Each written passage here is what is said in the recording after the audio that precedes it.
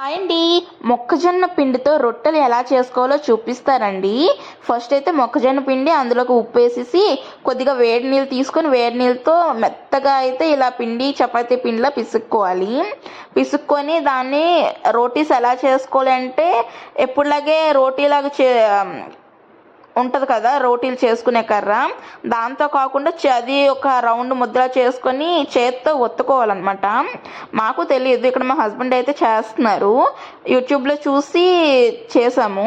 అలాగే మనం రోటీలకి అలాగ ఆయిల్ వేసుకొని చేసుకుంటాం కదా, లేదంటే నార్మల్గా చేసుకుంటాము. దీనికి మాత్రం ఒక క్లాత్ తోటి వాటర్తో ఇలా ఒత్తుతూ ఉంటే మెత్తగా ఉంటాయి. ముందు ఆయిల్తో చేసేసాము, చాలా గట్టిగా వస్తాయి. సో అలానే ఇప్పుడు వాటర్ చేసేవి మంచిగా మెత్తగా ఉన్నాయన్నమాట. తర్వాత ఇప్పుడు దానికి కాంబినేషన్గా మిల్ మేకర్ మసాలా చేస్తున్నాను.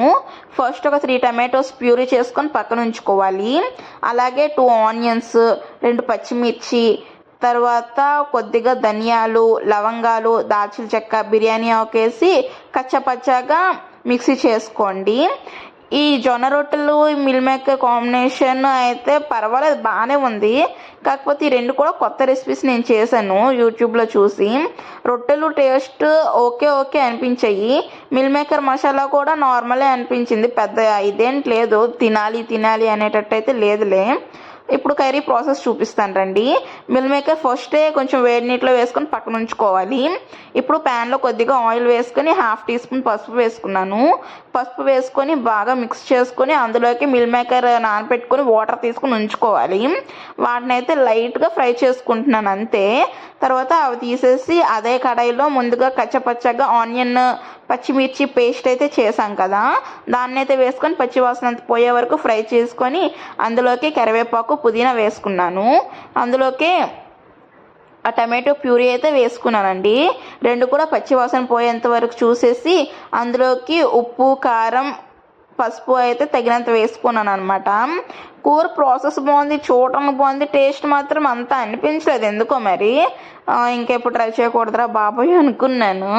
తర్వాత మసాలా అయితే ఇక్కడ పచ్చివాసన అంతా పోయాక అందులోకి మిల్ మేకర్ వేసుకోవాలి. మిల్ మేకర్ వేసుకొని మొత్తం మిక్స్ చేసుకోవాలి. ఇప్పుడు మిల్ మేకర్ ఆల్రెడీ ఇప్పుడు మీకు పెద్దవి ఇష్టం ఉండవు అనుకుంటే పీసెస్లకు కూడా చేసుకోవచ్చు ఈ కర్రీ. ఇప్పుడు ఆ మసాలా అంతా మిల్ మేకర్కి పట్టింది కదా, పట్టిన తర్వాత అందులోకి 2 స్పూన్స్ కర్డ్, తగినంత వాటర్, ధనియా పౌడర్ ఉంటే గరం మసాలా వేసుకొని మొత్తం మిక్స్ చేసుకొని కొత్తిమీరతో గార్నిష్ చేసుకుంటే మిల్ మేకర్ మసాలా కర్రీ అయితే రెడీ అయిపోతుంది. ఓకే, ట్రై చేయొచ్చు, మరీ దారుణంగా అయితే లేదు, బాగుంది తినడానికి.